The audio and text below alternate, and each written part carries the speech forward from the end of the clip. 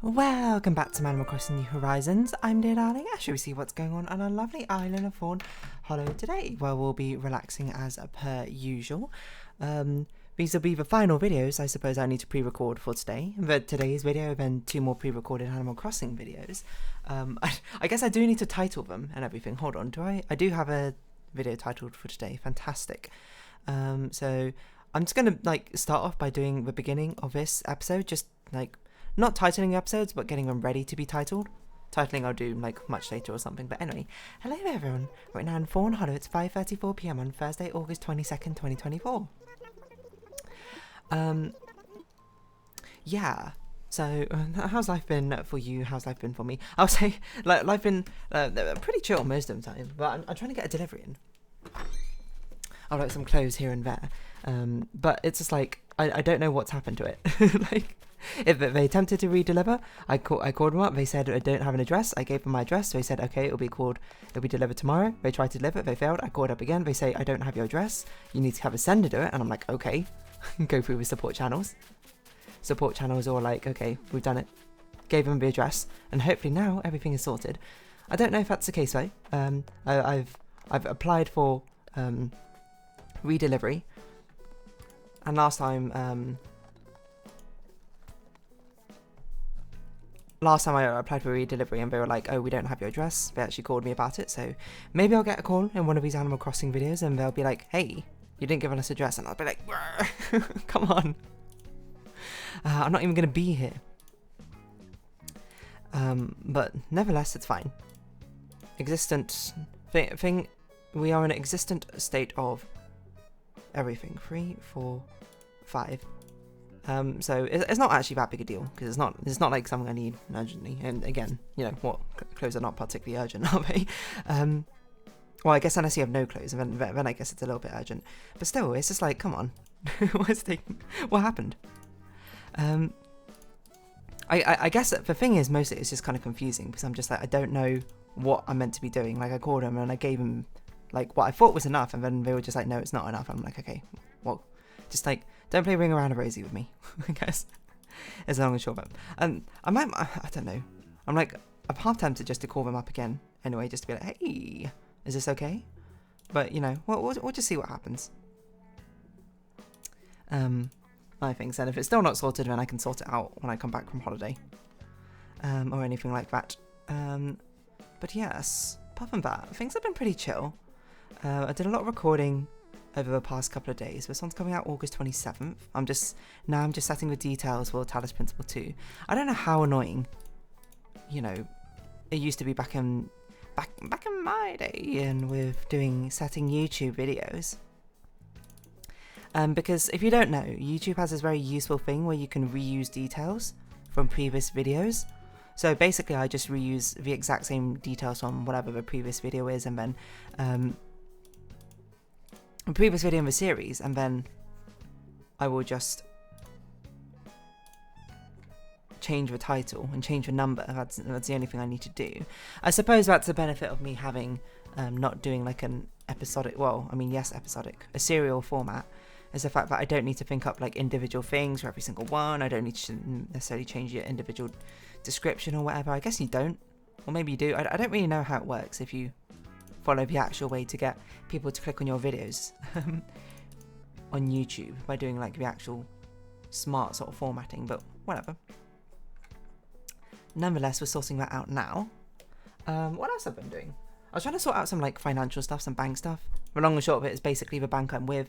They had this system for they basically had this really nice sort of savings account thing, and they give you cash back if you were a member, that sort of thing. And I was like, this is great. But now we're getting rid of a cash back and replacing it with Apple TV, which would be good if I wanted Apple TV and actually used it, but I don't have any Apple products. So I'm just like, okay, this is no longer a benefit to me.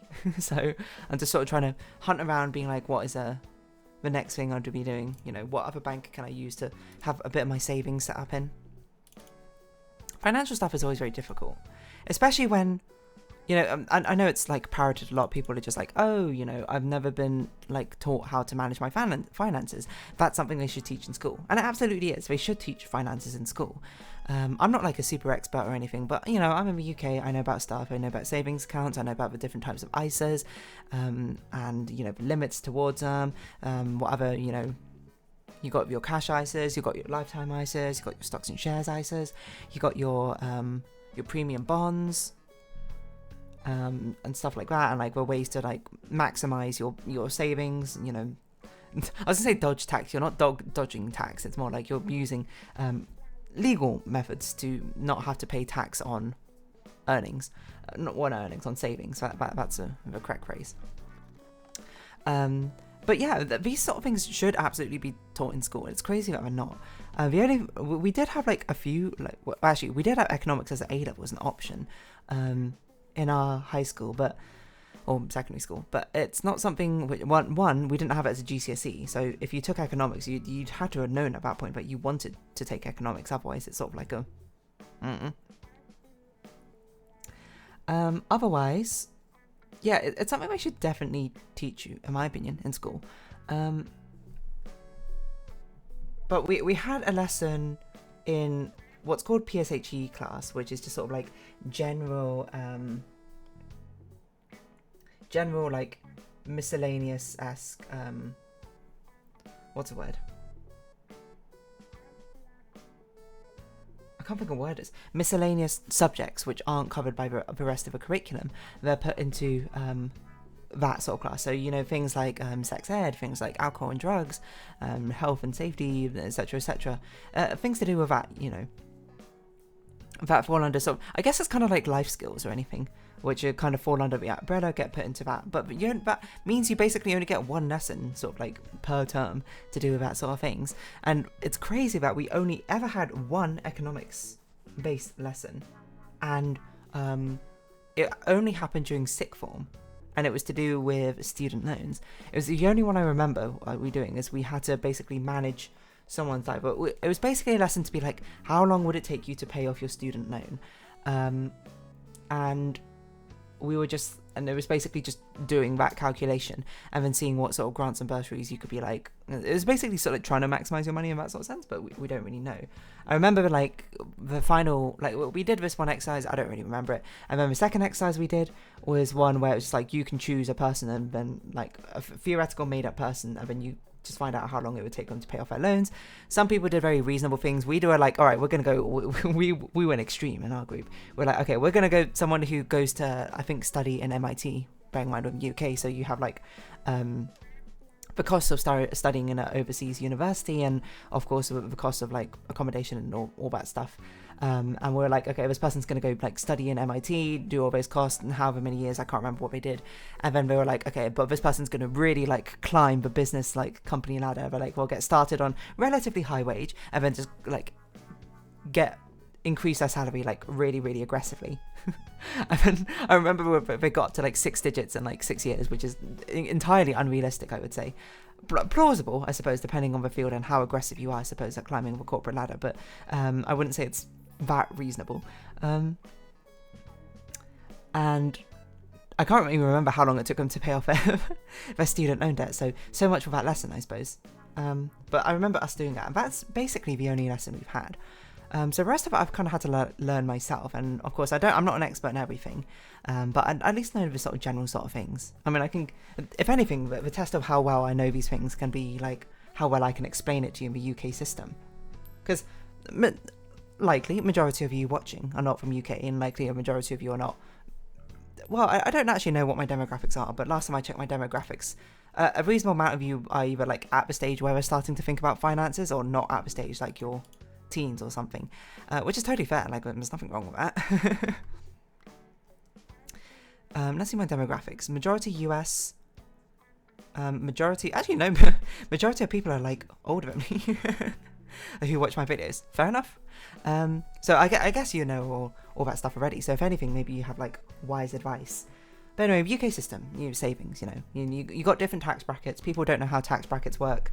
I forget the exact thresholds, but for a certain amount, which I definitely should know, you're untaxed. of how much you earn. Actually, technically, there's like different thresholds. Like if you earn less than £1,000 per year, you don't even have to report anything. That's like covered within the, it's not fair trade agreement, but I can't remember what it's called. And then between 1,000 and it must be like 20-ish something thousand. No, I think it's 12,000. Is that right? Is untaxed? Hold on. UK tax-free amount. I should know this. Yeah, it's 12,570. You're untaxed, but everything from 12,000 to somewhere around 50,000 is the basic tax amount, and then from 50,000 to like 100,000 is like a higher tax amount, and 100,000 to whatever is even higher. I think, is that right? UK tax brackets. I should really know this off the top of my head, but I don't. Yeah, basic rate, higher rate, additional rate. Oh, it's 150,000, not 100,000. This might be. Oh, okay. It used to be 125,000. That's 100,000. Okay, fair enough. Whatever. But anyway, the tax rates go 0% in that personal allowance. That's what it's called. 20% in the basic rate, 40% in the high rate, and 45% in the additional rate. So obviously, once you start earning more and more, you're just like, okay, what sort of ways can I still use my money effectively without having to pay the much higher tax rate? Obviously, if you're a billionaire earning like huge amounts, like for 45%, like there's nothing you can really do. You just had to eat the money at that point, or you had to partake in much more dodgy, I suppose, tax evasion sort of schemes, which I don't know. That's rich people understanding, which I don't have. But for you, as like the average person, like what do you have? I didn't even say pensions. You know, the number one priority I feel like a lot of people should do is definitely think about your future for the pension. Put your money into pensions. If you're working with if you're working at a company and they have a company scheme which match your thing, max out that pension scheme, get the maximum contribution from your employer, get that sorted. Absolutely, 100%. All right, get that done. I don't know, but the legal standard is like 3% or something from your employer. Or 2% from employer. I can't remember, but it can vary a lot depending on what you have and what you want, because pension's important. You know, when you get older and you get to life, and there'll be a certain point, retirement, where you probably want to stop working, and that's a point where, you know, your pension sort of kicks in, being like, this is the money you've accrued over the years, and you know, the people who manage, I suppose, these pension funds have been investing it to hopefully make it grow. And yeah, so you got your pension. And then you have the next best thing. Well, it kind of depends what you need, and depends in the state of the economy. It's either ISAs or it's saving accounts, I suppose, in the bank. Right now, saving accounts aren't all that strong, as I understand it, but sometimes they can be stronger depending on the deals you can get.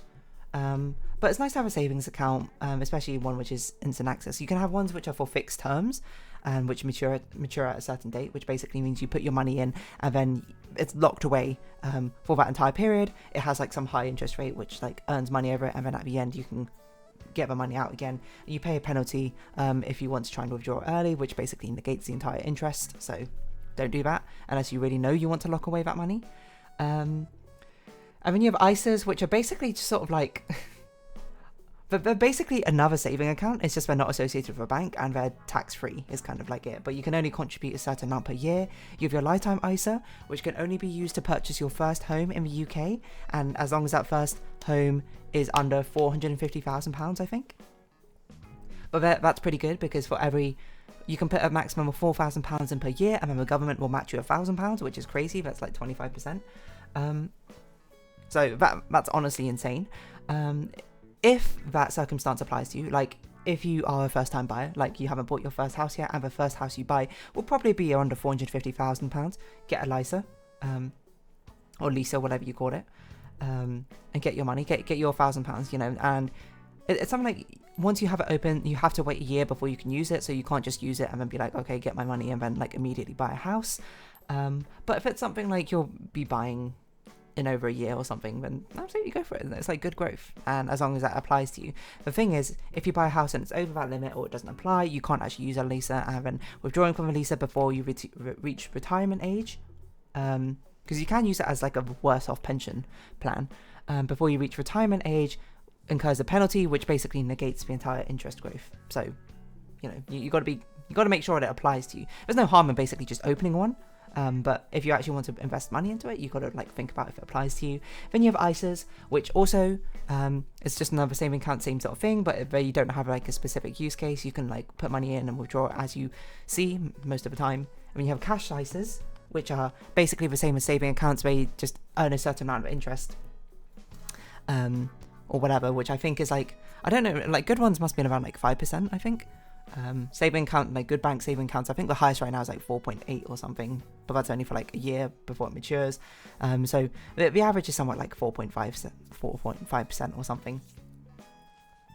Anyway, so you have that, you have your cash ISAs, which is just an interest rate. You use stocks and shares ISAs, which basically you put your money in, and either you can like choose what to invest in, or the company that you invest in, that you have your stocks and shares ISA with, will invest for you. They basically both fall under the same umbrella, the same limit. You have a £20,000 which you can put into an ISA each year in the UK. 4,000 that LISA inclusion of about £4,000 does get included. So if you put 4,000 into your LISA, you can only put 16,000 in your ISAs.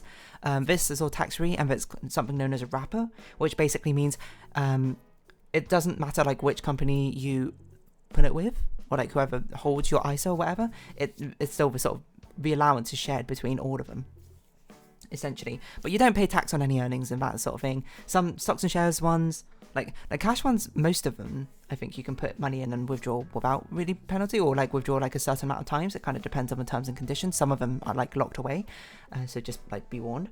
The stocks and shares ISAs, well, like the payment plan is a little bit different because there's not a fixed interest rate or anything like that. It kind of just like depends on the market, and depends what you invest in. But sometimes we'll have like a running charge and then like a cost to actually withdraw money from it. But in the long run, stocks and shares ISAs are better, because if you plan to invest money for more than 5 years, the average is out to about 8% overall, which is better than cash ISAs like high of like 6% or something in the like best case scenario. So if you want money within the next 5 years, use a cash ISA. If you want it like past 5 years, probably use a stocks and shares ISAs. You can use a mixture of both. You can mix and match. You can open loads of different ISAs, I think. I think although per year you can only open one of each type of ISA, that might be a thing. What else? And once you've done with that, pension done, ISA done, saving accounts done, saving account, another important thing, depending which tax bracket you're in, you can only get a certain amount of an interest from a savings account. It's £1,000 if you're basic rate, 500 if you're a high rate, and 0 if you're additional rate, which basically means like with bank accounts which you save with, if you're on the basic rate, you can only, assuming you have a savings rate of like 5%, which would be crazy at this point in time of the economy, you can only save about £20,000, before which like you need to actually start paying tax on it, and start, I guess, reporting it as income or something. Or maybe, I don't know if HMRC might take over that naturally. I'm not actually sure. I'm not at that rate yet, so who knows. Or if you're at higher rates, and it's even lower, of course. If you're at a higher rate, then of course you can only save about £10,000, and if you're additional rate, none of it. Which is why you sort of turn to these ISAs as different forms of investment, because they're tax free. You don't pay tax on any of your earnings in there. But the thing of ISAs is you're restricted to £20,000. So then once you've done all of that stuff and you're like, okay, I've used up my ISA allowance, I don't have any more I can get from saving accounts without paying tax, my pension is maxed out, and then the other things you can do is salary sacrifice, where you can sacrifice anything which is above like or higher, well, up to what you want, I suppose, and put it into your pension instead if your employer will allow that. Sometimes it might not, but that means at least the part you sacrifice won't be paid on the tax, because things that go into your pension aren't taxed, something like that. But if you've done all of that, then you have a final thing called premium bonds in the UK, which lifetime you can only put max of £50,000 in. Basically, it's a lottery. Every £1 you put in, you have a lottery ticket. There's a draw every single month, and you're competing against literally trillions of other entries, essentially. But you could theoretically win like £1 million from premium bonds. And there's no penalty for putting money in and withdrawing it. Some people like to use it as an emergency fund if they don't have a savings account. That's totally fair. I think it averages out to like 4.5% or something in expected interest rate. But really, it's only particularly good if there's no other options you have left without paying tax. Because normally ISAs kind of beat it out. Normally saving accounts kind of beat it out. But not always. Sometimes you might just get lucky or something like that. So your premium bonds, and plus you can only do £50,000. Once you've like maxed that out as well, I don't know, really you should be going to an accountant if you have that much money, to be honest, rather than a random Animal Crossing video to decide what your best economic needs are. And take everything I say with a pinch of salt, by the way, because if you don't live in the UK, this one doesn't apply to you, and also might not apply to you if you're in the UK anyway, because you might have different bursaries, grants and schemes available to you. You're in a different financial situation to me. This is just like the stuff I've learned, and it's crazy that's not taught in school. Like, I had no idea what an ISA was. I knew what a savings account was, at least, because at least my parents gave me that much knowledge. And I vaguely knew what premium bonds were. I just knew it was a lottery sort of thing. But I was like, never heard of ISA before in school. Yeah, I don't know. Anyway, there's loads of other stuff to do with financial management and stuff, like finding a good debit card, credit cards, or whatever, schemes, stuff, money you can get. I don't know. It's all very difficult and complicated, which is probably why there's entire professions over trying to make it work. So I don't know, savings accounts. There you go. Been trying to sort that out. And yeah, I guess on that note, I'll round this episode off here. I didn't expect it to be such a boring economic field episode, but hopefully, I don't know, maybe it's at least got you interested in a little bit. If you're somewhat vaguely interested in financial management, which I'm starting to, get into, maybe a little bit. But yeah, anyway, I'm going to wrap this episode off here because I don't know what I'm saying. So, if you have been watching, thank you very much. It's been Animal Crossing New Horizons. I've been Dear Darling. Likes, comments, subscription, shares, greatly appreciated. Socials, Discord down below. Hope we see each other again. But for now, it's our farewell. So until next time, bye-bye for now.